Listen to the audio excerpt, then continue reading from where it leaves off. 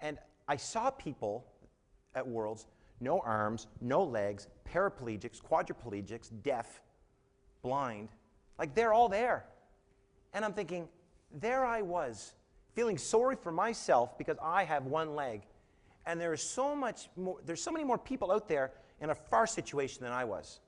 It was a real eye-opener for me. And that's why I had the idea, or my inner self had the idea, to be world champion one day.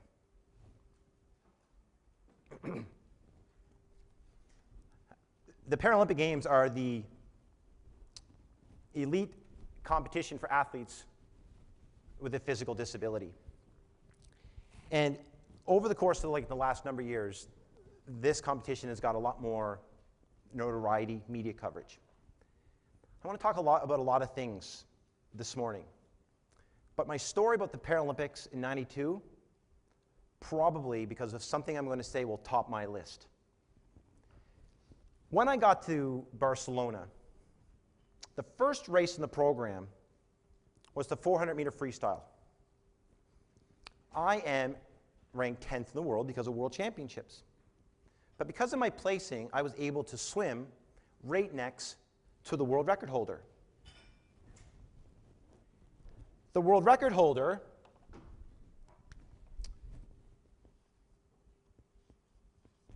his best time, world record, 4 minutes and 43 seconds. Okay? In heats, he went 4:46. My best time,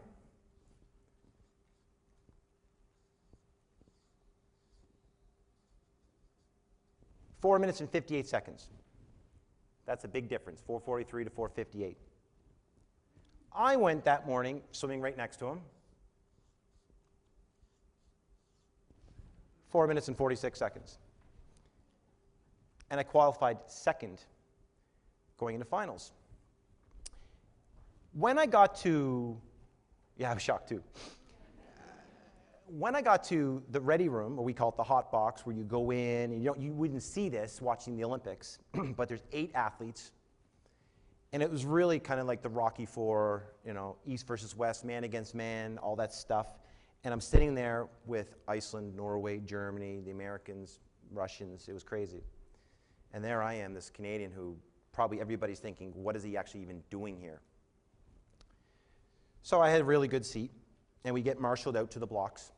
And I sit down, and I go through my race routine. I'm listening to Rocky IV. I always listen to Rocky IV. It's part of dealing with pressure for me to try to get rid of everything else that's around me and just focus, have the routine. And I'm going to talk about that in a little bit. So I get behind these blocks, and I'm ready to go. And we get ready for this race. And I look at my lane. And I look at lane 5. And lane 5 is the same lane that Mark Tewksbury, if you remember Mark Tewksbury, won a gold medal for Canada at the Olympics 3 weeks earlier. Or as we call them as Paralympic athletes, the test event for the Paralympics. Yeah. And I got in the water. We started to get ready for the race. Now, before I get into the race, everybody was talking about Iceland, Norway, and Germany. They're going to win the medals. Everybody else is going to be 4th to 8th. So after the gun went off, 100-meter mark, Iceland, Norway, Germany, I'm 4th. 200-meter mark, Iceland, Norway, Germany, I'm 4th.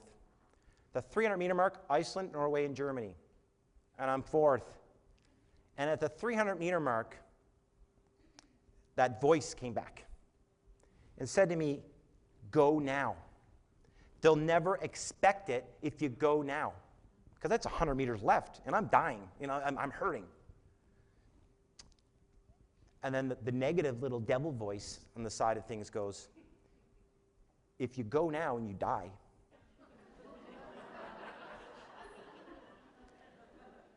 you might finish 8th. And is it really worth it? You're 4th. That's good. You were 10th. That's 4th. Good. And here's what I want you to know. This is what I said to myself at the 300-meter mark, without even knowing it, was this. Allow yourself to be great. And how many times in our lives have we gotten to a situation where we just needed that little bit of boost to get you to the next level, to be great, to take a chance, to get out there? There was no second guessing at this moment.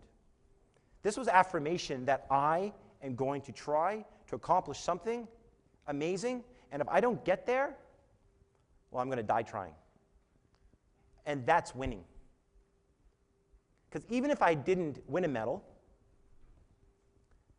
I gave my effort. I gave everything I had.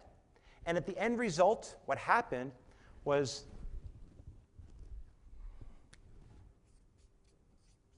Iceland, 441. Norway, 442. First, second, fourth. Germany,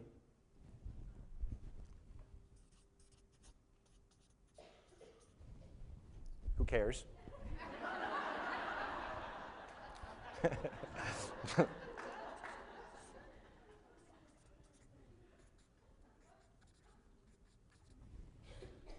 And I went 443.49.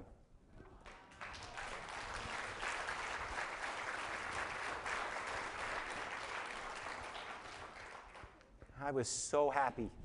Like, I'm almost crying now thinking about how happy I was when I won this medal.